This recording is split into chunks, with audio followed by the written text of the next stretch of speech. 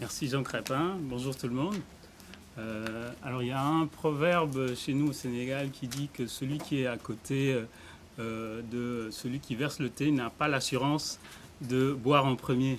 Donc dans mon cas c'est effectivement vrai et je vais m'efforcer quand même, comme c'est un peu le dernier panel, d'être assez concis pour permettre à mes collègues de respecter leur temps qui est imparti et de donner l'occasion de discuter. Okay.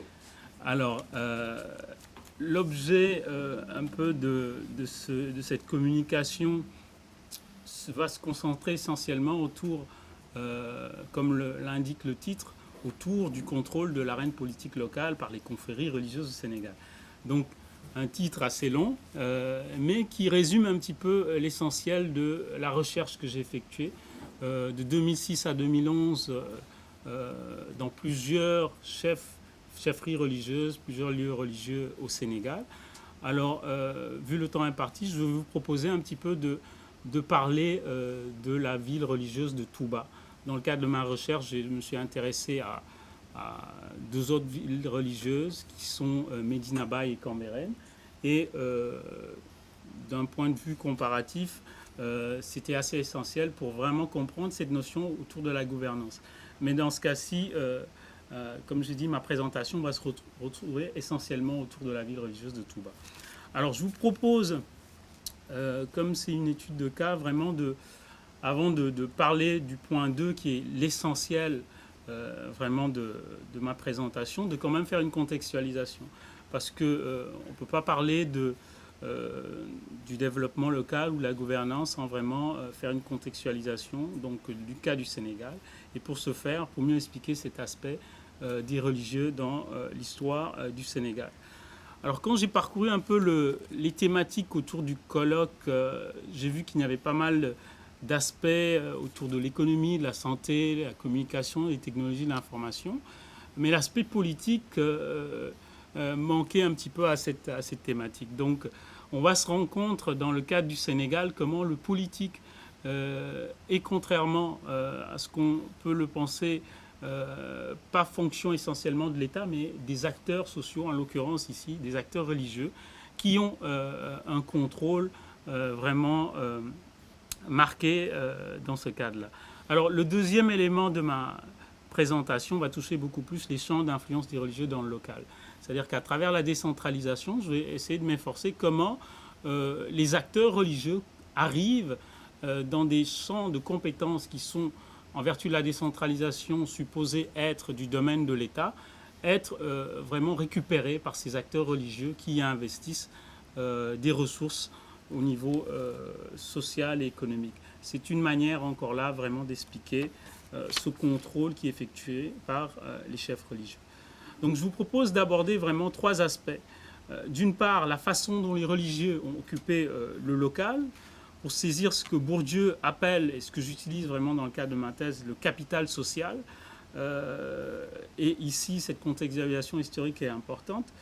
Et dans un deuxième temps, expliquer à travers la décentralisation vraiment ces cadres de compétences transférées. Donc on prendra l'exemple du foncier, de l'aménagement territorial et de l'agriculture qui sont des secteurs vraiment d'influence de ces religieux.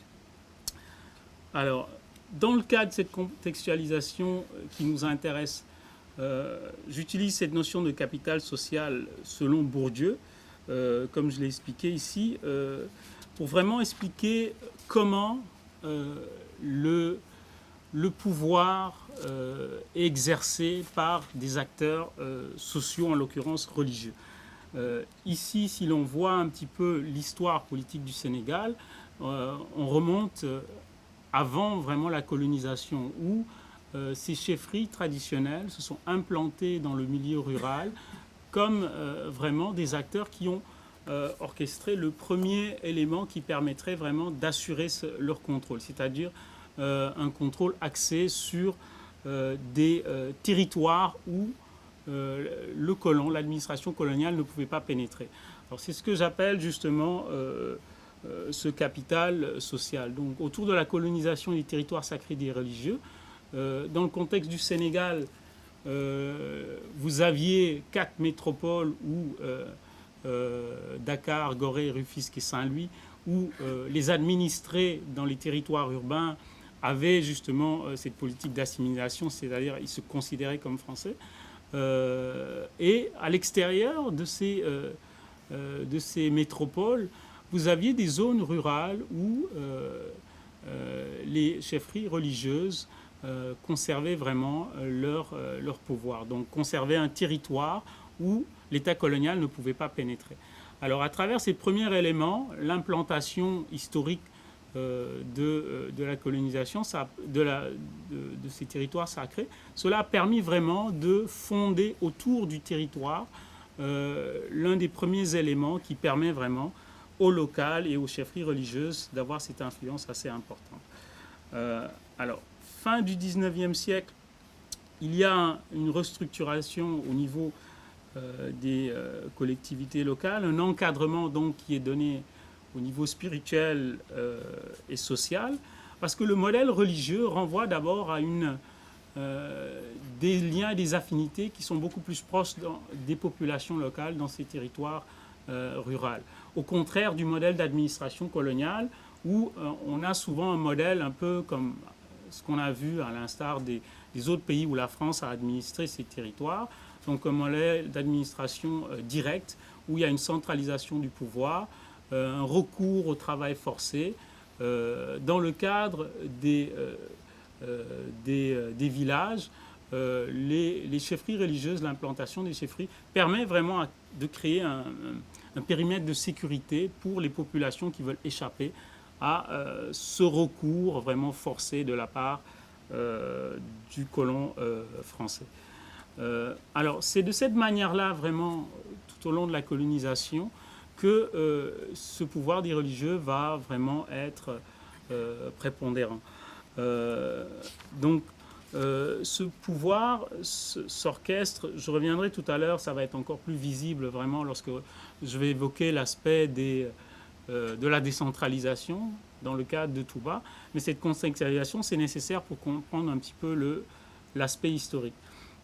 Donc ici on a une carte pour montrer un petit peu l'essentiel où on va retrouver justement cette influence des religieux. Alors vous pouvez voir un petit peu que cette ville, l'essentiel de mes recherches se sont concentrées autour de la ville de Touba qu'on voit un petit peu ici au centre. J'ai fait ma recherche également autour de Kaolack ici, je vais me lever un petit peu pour vous montrer.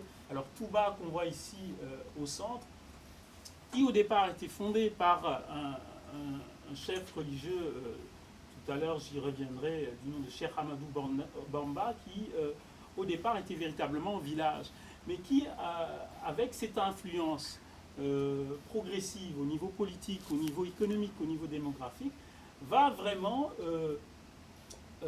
prendre toute la place que va occuper une région au niveau départemental comme Mbacké et au niveau même régional comme Diourbel, qui est un petit peu la